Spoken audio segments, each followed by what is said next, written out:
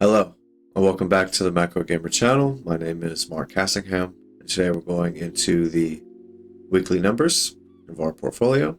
It's going to be week 30 today, so 30 weeks now we've been doing this. Today's date's February 15th on Saturday, so day after Valentine's Day. Happy Valentine's Day.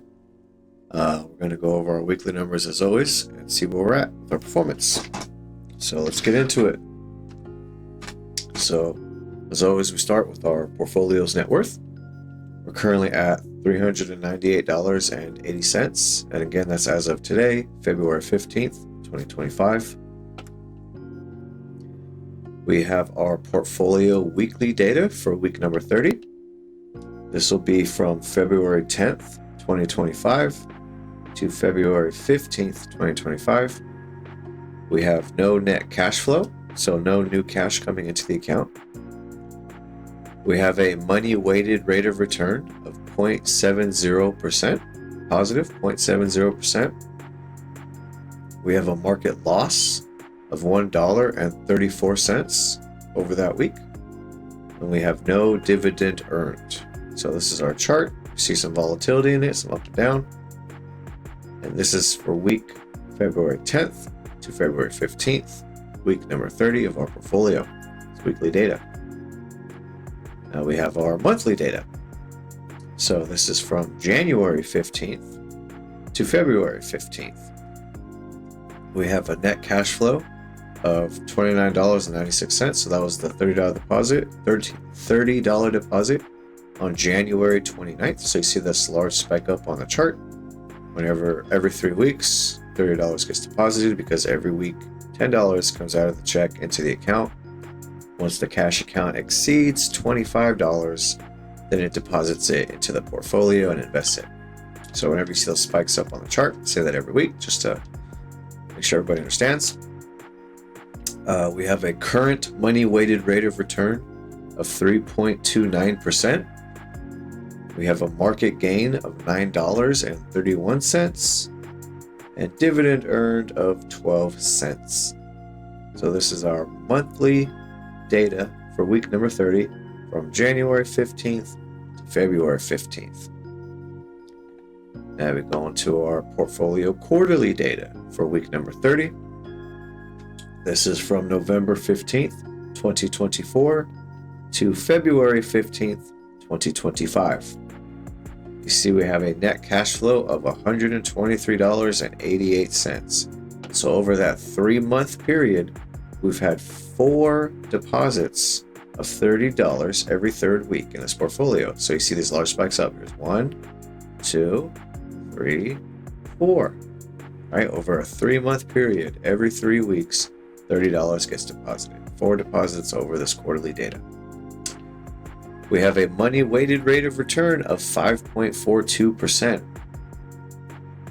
We have a market gain of $17.14 and dividend earned of 24 cents. So pretty good chart. Quarterly data, week number 30, from November 15th, 2024 to February 15th, 2025. And of course, starting the beginning of this year, I've included the all-time data so you can see from inception where we're at. So 30 weeks. This is 30 weeks of data. 30 weeks of data right here. This is from July 21st, 2024, when we started at $0. See that? $0. We first started July 21st. To today, February 15th, 2025. We have our net cash flow of $374.33. And remember, that's a $30 auto deposit every 3 weeks. So we have our initial deposit of $100. We start at 0 right here. Start at 0. We initially deposited $100 to get the portfolio started. And then every third week, auto deposit $30. So let's count. We have 1, 2, 3, 4, 5, 6, 7, 8, 9. Right? 9 times $30 is $270. Plus this initial $100 is $370. Then you have the $4.33 from extra cash and dividends. right? So net cash flow $374, right? We have a money-weighted rate of return of 11.23%. So we're in the double digits now. I think 2 or 3 weeks in a row, maybe 2 weeks in a row. I don't remember. But we're in the double digits now. It's good. That is very good. I would love to have my portfolio year over year be positive double digits. It's going to be low, not going to be high double digits, but positive double digits. Like between 10 and 20% would be great. I would absolutely love that. Especially since inflation year over year is around 3-4%, or probably less than that actually. Between 2 and, no, I think it just hit 3% this last one. But we'll say around 3%. So anything greater for that. We have a market gain of $24.47. And we have a dividend earned of $1.40. So this is from inception, July 21st, 2024, when we had $0 till today, February 15th, 2025. Right? So this is the all-time data. All right, so every week you'll see this get longer and longer and longer, add more and more and more. There'll be more of these stair steps every time there's a third week deposit. All right? Now we get into portfolio weekly percentages. Right? So this is how you see the percentage performance of each individual asset in the portfolio. So as always, we start with our target weighting. Target weighting meaning that what I allocate specifically to each asset class. Right? This does not include market performance. This is the target weight. So first, as always, our gold. Right? Our gold is at 30%. And we use our ETF GLD to get gold exposure. We have that at 30%, our gold ETF. Second, our commodities ETF. We have 20% to commodities. We use USCI for our access to commodities. And we have that at 20%. Third, US dollar. We have that at 20%. We use UUP to gain exposure to our US dollar ETF. All right, tracking DXY, which is the index. Stocks. We have stocks at 15%. We use the RSP, which is the equal weight S&P 500 ETF, right? Because we want the top 500 companies, but we want them equally weighted because we want diversification. So we have that at 15%. U.S. government bonds, we have at 10%. We use the GOVT ETF, which is treasury bonds over the entire curve from 1 year to 30 year, right? We have that at 10%. My least favorite position, bonds. I hate bonds. And last, but certainly not least, Bitcoin. We have Bitcoin at 5% of our allocation. And we use the IBIT ETF to gain exposure to Bitcoin. Okay, so these are our 6 assets. Since day one, we've had these 6 asset classes, right? Might have changed 1 or 2 of them, but the asset class itself has always been the same. And that's the point. So we have our weekly performance for week number 30, and we have our percentages. I'm trying not to hold it back.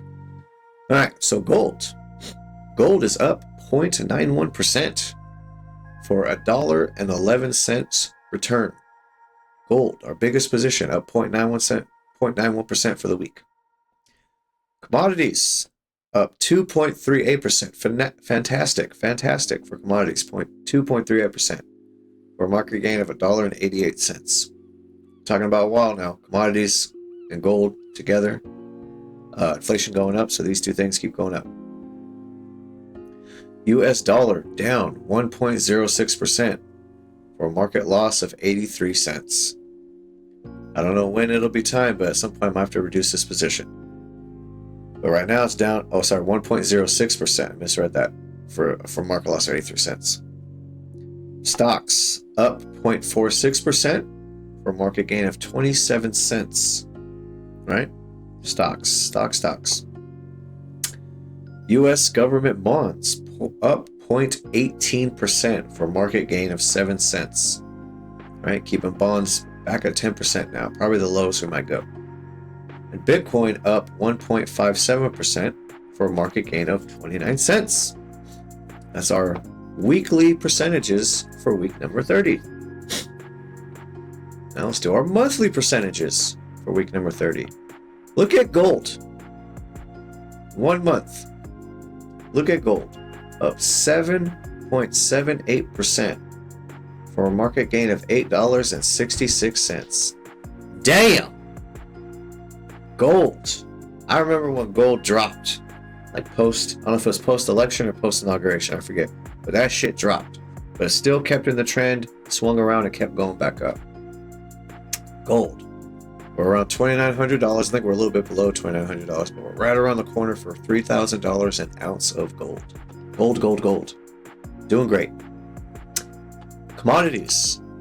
Up 3.54% for a market gain of $2.47. Also doing great. These two together are over 10% gain for the month. Inflation's not going away. At least not yet. Right? At least not yet. US dollar down 1.78% for a market loss of $1.35. The dollar's going down a little bit. The US currency's going down.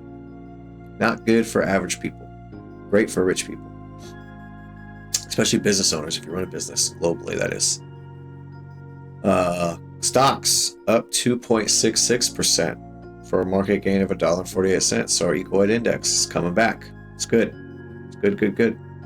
Stock market doing good. Government bonds up 2.20% for a market gain of 95 cents. Did see the yield curve come down and then come back up more recently. So when it's coming down, these bonds are coming up. But we only have it at 10%, and I suck on bonds, so I don't know what I'm going to do with that for a while. I need to see a full-on reversal. I need inflation to come down more so I can see bonds go up. Bitcoin. Bitcoin up 0.60% for a staggering 11-cent gain for a month. Bitcoin has not been doing shit for a month now. The momentum has all but died, essentially, in Bitcoin. You'll see that on the charts. Quarterly data for week number 30. These two motherfuckers right here at the top, my lord. Gold up 12.68% for a market gain of $12.11. Double digits in a quarter. You wonder why I put the most amount of money in this one. When you look at the chart, it's been consistently up and to the right since October of 2023. Best position right here. Fuck all these other positions. Best position. Until gold turns around and starts going down, best position. Commodities up 12% for a market gain of $6.20. These two together, 25% increase in the portfolio over a quarter. Inflation. It's not going away. At least not yet. Beautiful. US dollar down 3.38% for a market loss of $2.25. Not doing good. Right? Not doing good. This is why I may have to reduce my position. Dollar's overall pretty steady, so it's not like it drops fast or rises fast. So I'm not in a rush to pull the trigger on that, because whenever I reduce a position, I got to think about where I'm going to take that money and put it somewhere else. I'm thinking commodities, just because inflation's not going away, so probably put it in the USCI ETF. So probably decrease US dollar by 5% to maybe 15%, increase commodities to 25%, up from 20%. But we'll see. Stocks down 0.42% for a market loss of 21 cents. This is for the quarterly data. So over 3 months, hasn't really done shit. Not good. Not good for stocks. Hasn't gone down a lot, but also hasn't gone up a lot. Bonds up 0.44% for a market gain of 20 cents. Also something that hasn't moved a lot in 3 months. Has not done shit. And Bitcoin up a mere 10.08% over 3 months, mind you. A market gain of $1.50. This you expect to move this much in a week. But like I said, the momentum has been dying in Bitcoin. Once it hit that 100K, it's been dying. It's been just plateauing. Don't know what's going to happen with it. Now, all-time data. Gold up 20.42% for a market gain of $13.76. And keep in mind, you'll see in the next slide that these numbers have changed over the all-time period. So these aren't a direct reflection of the performance, it's just the individual ETF price. So gold up 20.42% for a market gain of $13.76. And commodities up 19.30% for a market gain of $6.65. So great couple of investments right here. Over 40%. Over 40% in gain right here. Just these two assets. US dollar down 1.32% for a market loss of 58 cents. Very minimal movement over this time. Stocks. Oh man. Stocks up 3.40% for a market gain of $1.09. Pretty little change over several months of data. Not especially compared to these two, right? Government bonds down 1.58% for a market loss of 69 cents. Nice, right? Nice loss right there. Hate bonds so much. And Bitcoin, here's a nice big number, up 65.48% for a market gain of $6.20. It used to be higher, like I said, but the momentum's been dying. So we're gonna see what happens with Bitcoin. Highly volatile. Now, this is what I was talking about, the portfolio changes I've made since the beginning, right? The very first change I made was on July 31st, 2024, where I decreased my commodities position by 5%, which is clearly in hindsight a stupid idea. And I compounded my stupidity. I increased my government bond position by 5%. This is what stupidity looks like, right? But again, this is back in July of last year, so several months ago, right? Things look different back then. Now, more recently, on January 27, 2025, the most recent change I made, I reversed my stupid decision. I decreased my government bond position by 5%, and I took that money and I increased my commodities position by 5%, right? You can see the last 4 changes I've made, I've all decreased my bond position each time. I've increased other positions, right? So I've just been pulling out of bonds. Just bonds have not been doing good, and I've been failing for that. But these are our changes. So whenever I make a change, I will timestamp it on here. Also, I always show the transaction every week whenever I make a change, but I'm going to timestamp it on here so you can see like the whole picture from start to where we're at today. You can see every time I made a change, just to consolidate it, make it easy. So these are the position changes since July when the portfolio started for the very first change. And we have no transactions this week. No transactions. Now, Illuvium staking for week number 30. Currently, we have 7.14 ILV staked, which has a current market value of $143.90. The ILV token price currently is $20.16, so we've had a pullback in a lot of the crypto space. Like I said, when Bitcoin was hitting its peak and not really going anywhere, when it first hit its peak, coins were coming up and then they started going down and losing momentum, right? So this is one of them too. It's been losing momentum. And that's fine, it's the whole ecosystem. We have our Illuvium vesting for week 30. So you have all our vests.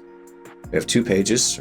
We have our very first invest, which was in July 2024, then August of 2024, then September of 2024, then October of 2024, then November of 2024, then December of 2024, right? Every month we added a new vest. And the most recent one was January of 2025. And maybe next week or 2, when it gets closer, maybe I've been consistent. Been doing this around the 25th of the month, the 25th day of the month. We'll have another one for February.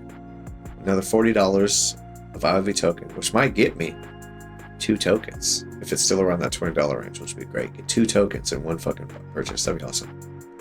But These are our Illuvium stakes. So whenever we stake, we get a chance to get more revenue distribution, which is right here. So currently we have claimed 0.024 ILV, which has been 3 separate payments so far that we've received since July of last year, has a current market value of 48 cents. And currently we have $0 to claim this week. Now hopefully we'll be getting one, let's see, maybe like March or April. I think it was like around 2 or 3 months, maybe 3 to 4 months, I forget. Maybe 3 or 4 months, somewhere around the 3-month mark.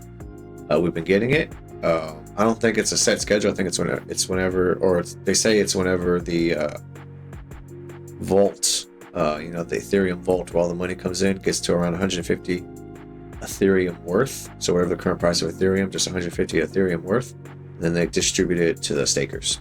So whenever it reaches that, we will get another payment. And we have no transactions this week. So those are our weekly numbers. Now we go to our charts, our favorite thing ever. Charts. So I always start with the gold chart because it is the best chart. Look at this thing. Right? So this is October 23. This is when we started our uptrend. Just been killing it. Keep showing this every week. Love showing this chart. When my biggest allocation is to gold and the chart looks like this, it's wonderful. This is what I was talking about. So this was coming into the election. Yeah, it says November 5th. Gold sold off. It was at the top of this range and it sold off. But it didn't break down below this trend line. It did over here, but not by much. But it came back, right? Came over here. This is December 24 to January 25. Came back up and under. And now it's almost trying to reach the all-time high again. Like I said, we're close to that $3,000 gold price. Look at that. 2,882. That's crazy. Look at gold. It's at the top of its trend. Look at gold. Wowzers. Look at gold. Gold is just unstoppable. Inflation's not going away. Deal with it. Sorry, but deal with it. But one way to get around it is you could own an ETF that tracks price of gold. Currently, I have $123 of the total $398 in gold. I have 30% allocation to it, and it's doing great. You don't need a lot of money to buy gold.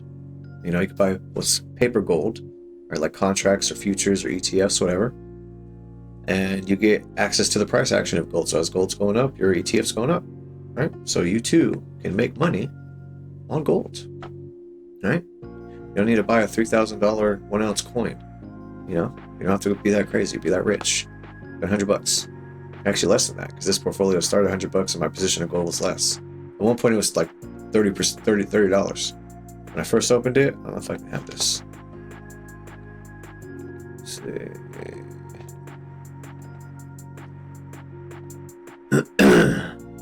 This is week 1. So my gold position at 30%, I only bought $29 worth of gold at that time. $29. Right? So $30, say. $30 and you can own gold. Just as an example. Now commodities. Oh my God, it's breaking out again. It's breaking out again. Look at this. Commodities ETF breaking out again. Look at this shit. It broke out of the trend. And then it kind of went sideways for a few days. And then it started going back up again. My God. It's not stopping. Here's commodities on a 5-year chart. Love showing this arrow. Look at this arrow. Just up and to the right. Crazy. Crazy. Commodities breaking out again. Still going up. It's not... I thought for sure it was going to go sideways and come down. And hopefully just stay in this trend. Nah, commodities are like, fuck that. We're still going up. We're still going up. Right? So, and the other week I was talking about my stock ETF, the RSP, and like how it's an equal weight. And I prefer equal weight over market cap weight. Same thing with my commodities ETF. It's a equal weight ETF. So I even have some info. Brought it up this time. I was prepared. So this is what is in the USCI ETF. It's allocation. It has natural gas, coffee, copper, sugar, silver, LME, PRI, I guess that's aluminum. Soybean oil. I don't even know what this is. NY Harb ULSD. Low SU gasoline, so gasoline. Brent crude, that's oil. WTI crude. Cattle feeder. Live cattle. Cocoa futures. Oh my gosh, got cocoa in there. Right, so this is different commodities in this ETF. This is what we're buying right now. This is what's fucking performing beautifully. And you can see the market value. It's relatively close, right? There's 17 million on some of these, 16, 15, 14. They're relatively close to each other, right?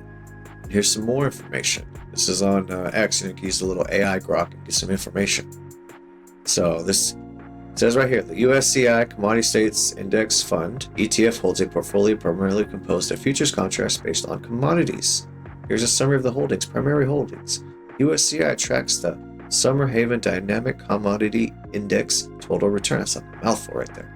Which includes 14 commodity futures contracts selected each month from a pool of 27 possible commodities. These are chosen based on backwardization and price momentum, ensuring diversification across different commodity sectors. And we have petroleum, precious metals, industrial metals, grains, the non-primary sector like sugar, cotton, coffee, cocoa, natural gas, live cattle, lean hogs, feeder cattle, right? All commodities, right? You got cash and equivalents, some in there, specific holdings. Now, again, where do I find the information? I was looking up what percent is oil. Oh, here we go. Is USCI equal weighted? USCI, United States Commodity Index, does follow an equal weighting strategy at the time of rebalancing, but this requires some clarification. I'll summarize it for you. Basically, they do it once a month. So they will equal weight it once a month based on certain commodities, and then for the performance of that month, they don't do anything. They just let the performance run. So as it's going up and down, like you see in our fucking portfolio every single week, the numbers change, right? So over that month, they don't change anything. But once it's at month end, they start over and they rebalance again and they equal weight it, right? So that's what they do with their strategy. Here's a comparison. GSG, ticker GSG, is another ETF. That's a commodity ETF. It does not equal weight. It says right here, commodity index is not equal weighted. Here's how it works. It's a market cap weighting. GSC tracks the GSCI Total Return Index, which is a market cap weighted index of commodity futures contracts. This means that the weight of each commodity in the index, and thus in GSG, is based on its global production levels and the price of the commodity, not an equal weight share per commodity, right? Look at another commodity ETF, DBC. DBC, Invesco DB Commodity Index Tracking Fund, is not an equal weighted ETF. Here's how it works. DBIQ, Optimum Yield Diversified Commodity Index, another fucking mouthful. DBC tracks the DBIQ Optimum Yield Diversified Commodity Index Excess Return. This index is not based on equal weighting, but rather on a methodology that aims to optimize roll yield by selecting futures contracts that are closer to backwardization, right? So I choose equal weight ETFs if I can get them, because I don't want bias in any of these ETFs that I'm using, right? If I bring these up, I don't want bias as much as possible. The only exceptions to that are gold, because gold is gold. It's multiple thousands of years old, right? Like we've always used gold as a species. You have to go back to barter trade, which I don't even know how fucking long ago that was when we were still barter trading. But gold, US dollar, and Bitcoin, those are three directly owned assets. Where my indexed or diversified ones are USCI, which is commodities, RSP, which is the equal weight S&P 500, and the GOVT, which is the government bonds, where it's over 30 different durations, right? So if we look at, as an example, we look at our USCI, right? Let's look at GSG. So this is one commodity ETF. And then we'll add DBC. This is the other one I was talking about. And then we'll add ours, USCI. And then we will, look at that purple line, that's us right there. We're so fucking good. We'll make all the lines colored. All right, so we'll do a 5-year chart. So remember, up and to the right, pretty much for these commodities since the COVID pandemic start. The blue is the GSG, the red is the DBC, and the purple is the USCI, which is the ETF I use. So you can see overall there's pretty good trend correlation, as there should be, because it's a commodities ETFs. These are 3 commodities ETFs, but only one of them is equally weighted, right? The other 2 are more concentrated in certain commodities, usually energy. So DBC and GSG are primarily concentrated in energy. USCI, just like all the other ETFs, has multiple commodity ETFs in it, but it is not highly concentrated in one. Now look at it on a 1 year. Look at this breakout on this purple line compared to the blue and red, right? Back here it was pretty tightly correlated, and then it just starts separating more and more and more. Now this is a good example of diversification and not concentration, right? Because it's not concentrated in oil, because oil hasn't been doing too well. It's been going down. It's like up and down, but it's been going down. Because it's not so heavily concentrated, the other ETF or the other commodities in the ETF have been going up, and it's been carrying this ETF quite well. It's been coming up. So this is a good example of the different types of ETFs, but also equal weight versus market cap weight. So I prefer equal weight because I want diversification. To me, diversification is paramount, right? But not all the time, but sometimes, maybe more often, if you use a market cap weighted strategy, you can get better returns sometimes, but you can also get bigger losses, because you're concentrating your asset allocation into a small number of assets. Where this equal weight one is not concentrating it into any individual commodity, it's spread across several commodities, but they only reallocate it or rebalance it once a month, so they're not doing it every day. That would actually cost me more money as the investor if I bought that ETF and they were rebalancing it every day. I'd have to pay more for that ETF as a fee structure. But they're only doing it once a month, which I think is just fine. We don't need more than that. But they rebalance it every month, so it goes back to being equal weighted, and they choose the best, what they consider the best commodities ETFs to track in that month, right? Based on backwardization and forward momentum and all that stuff. But the point is, we chose we chose USCI, not GSG, not DBC, because those are more concentrated, specifically in oil. We want an equal weight index of commodities, and that's how we get commodity exposure in our ETF. I should say in our portfolio. So I just wanted to show that, because like I said, right now, it is all about inflation, and commodities and gold are the 2 things going up, right? These are the 2 things going up. So that is our USCI ETF doing great, breaking out again. I thought for sure it was going to come down back into this trend. Like, nope, still going up. And I know the last print for inflation was I believe at 3%. So it's starting to go back up again. So I don't know if it's going to be like that consistently, but at the very least, inflation has been going up. Now, US dollar. US dollar has been coming down.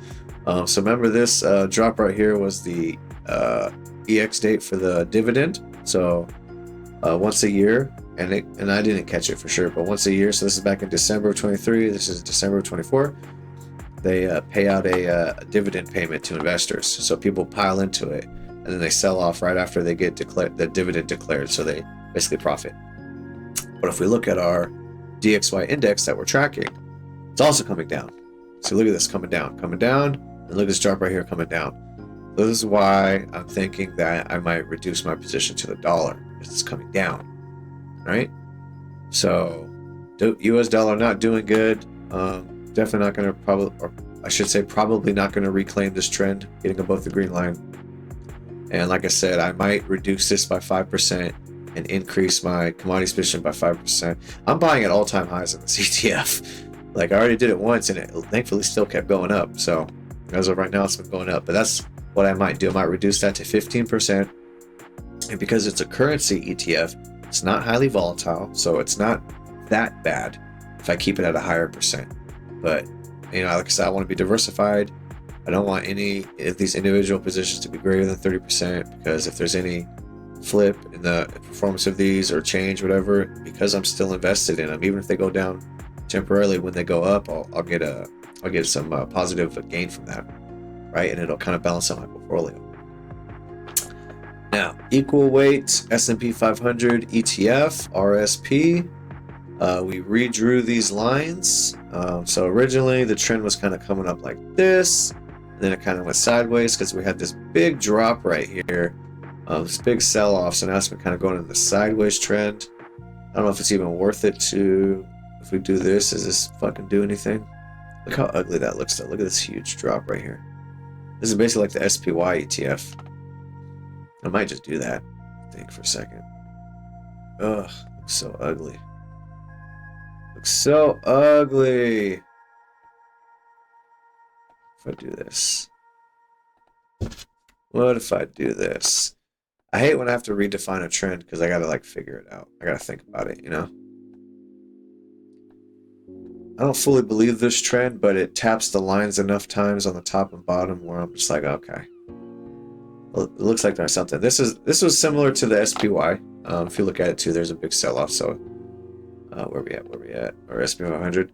So same thing, you know, kind of same thing. But this trend is a lot more clean. You know, this trend's a lot more clean. Where my equal weight one, it's not as clean of a trend. It's a little sloppy in there, and that's fine. But I'll just go with the same trend line for right now. Because there was this big run up and come down, and we'll call this the bottom, and then just running up from here. So we'll just do that. This will be our trend right now. So, other than this big sell-off right here, and this one right here, this was a disgusting sell-off right here. But we'll keep it in this trend. We'll see how this looks, see if this continues to play in the future. But stocks at 15%. Definitely don't see myself increasing it to 20 yet. Like I said, with inflation in the market and interest rates higher, like around 5-ish percent, 4-ish, 5-ish percent, I forget. I don't think this is going to be a continually strong market forever. Definitely has been going up for now. That's why I increased it to 15% because I had it at 10% for a while, and I was like, I need to increase it to 15 because it's been going up.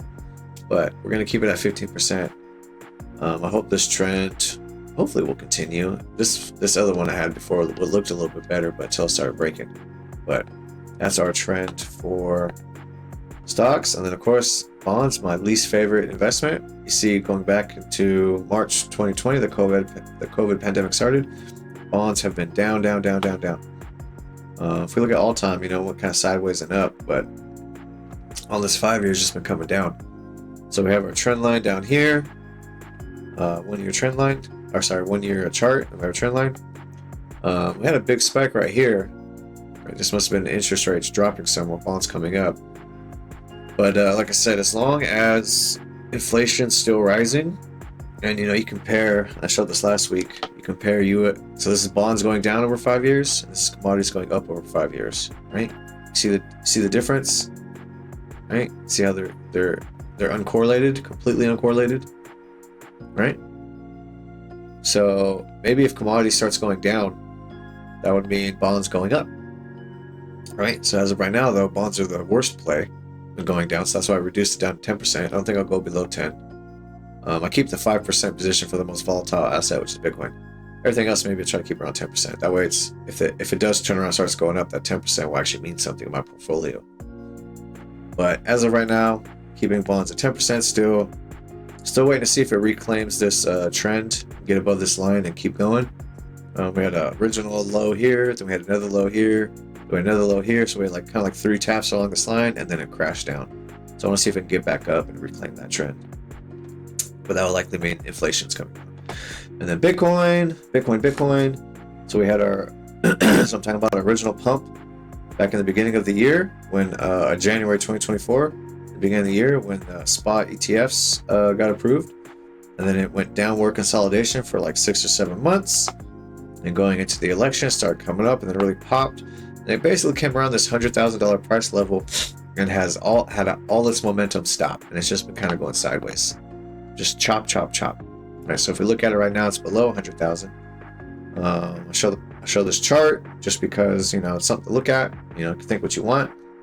But this line pretty well defines the trend over call it like 7 years, 8 years. So we have the 2017 peak. We have the March 21 peak in the beginning of March 21. Then we have in the same year October 21 peak because it sell off 50%, then came back up, and sell off like 80%. And then now here we are in the peaks of 2024 and 2025. They're too close together to put two arrows because they're basically the same time frame. But you know, it's just been hitting this chop around 100,000. Here's the 100,000 right here. It's just been hitting this choppiness, so it hasn't been going anywhere. So the momentum has definitely stopped. But for our IBIT, you know, it did good in this area. This is where we really made our money right here. We lost money through here. It was just going down, down, down, down, down. But we made money right here. We made a lot of money right here. And then we redistributed that money to the other ETFs. Or rebalanced, I should say, which was always good. But as of right now, Bitcoin's, you know, not really doing nothing. I don't know if it's gonna. If I look at that trend, I don't know if it's gonna break above 100,000. Maybe this is where the trend slows down, and we're gonna have another market sell-off. The only reason why Bitcoin's done so good relative to other coins, in my opinion, is because the spot ETFs. You know, now the public markets are involved in it. You know, instead of just like retail and normal day traders, and now the public markets are involved because you got these ETFs. But maybe that was the end of the hype. You know. I don't know if Bitcoin is going to disappear forever. I doubt it. But like, it might have a correction. There might be some sideways consolidation going down, maybe like this, and then it'll come up for another run. But we'll see what happens. As always, this is our update. 30 weeks. 30 weeks doing this now. I can't wait to get to week 52, because then it'll be a full year. And then I can start showing, like on these charts, you know, how we show the different time frames. This one here, that's grayed out, the 1 year. I can show you 1 year, and that, to me, that's the optimal trend to follow, the 1 year. Just because I like to show, you know, long term, like over a 1 year time frame. Like, think about my portfolio like that. Don't think about day to day, week to week, month to month. I show you the time frame, so you show so I show you progress every week, of what's happening. But like, when you think about this portfolio and the point of it, you think about long-term investing, not short-term investing, long-term investing. So that year-over-year chart, when we get to that 52nd week, you know, that's going to be like, for me, that's like climbing Mount Everest. I'm like, I finally fucking made it, like after 1 year. And after that, we're going to keep going. But every week after that, you're going to have that 1 year fucking chart. And I'm going to show that one. I'm going to talk about that one a lot because that's the one that means the most to me. So when you're looking at this portfolio, think long-term investing, diversification, have multiple asset classes. Even the individual assets you're investing in are diversified in them, like the equal weight stock index, the equal weight commodities index, and then the equal weight bond index. You know, we want to spread out and diversify as much as possible. So anyway, thank you for being with me for 30 weeks now. Much appreciated. I hope you continue on to 31, 32, and 33 weeks, and we keep going. So if you got good value out of this, let me know. If you have any questions, comments, or criticism, you know, throw them in there, throw them in the video. I'll check them out. Thank you as always for watching, and have a good day.